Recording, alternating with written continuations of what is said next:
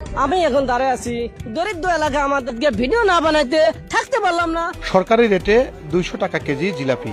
26 মার্চে এমন ভিডিও করে এখন দেশ জুড়ে আলোচনায় তাজুল ইসলাম। তিনি কি আসলেই সাংবাদিক? আমাদের এলাকার রাজমিস্ত্রি ঢাকা শহর আইসা কত সুন্দর কাজ করে ভাই, দেখেন। সামাজিক মাধ্যম ঘেটেও তার সাথে কথা বলে জানা গেছে তাজুল ইসলাম একজন পেশায় রাজমিস্ত্রি। ভাইরাল হওয়ার নেশায় দীর্ঘদিন ধরে ফেসবুকে নানা ধরনের কন্টেন্ট বানিয়ে আসছেন তিনি। কখনো গান, কখনো নিজের ভিডিও, আবার কখনো মোটরসাইকেলে দুর্গম রাস্তা পাড়ি দেওয়ার ভিডিও। কিন্তু ভিডিওতে সাড়া পাননি তিনি। বিয়ে করতে চাস, বিয়ে না করলে করিস না টাইম পাস।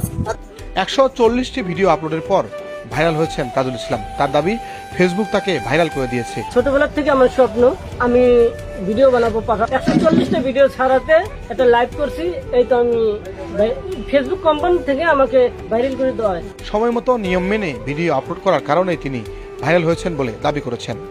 কুড়িগ্রাম জেলার নাগেশ্বরী উপজেলার নারায়ণপুর সীমান্ত এলাকায় বাড়ি তাজুল ইসলামের। ঢাকায় রাজমিস্ত্রি হিসাবে কাজ করেন তিনি।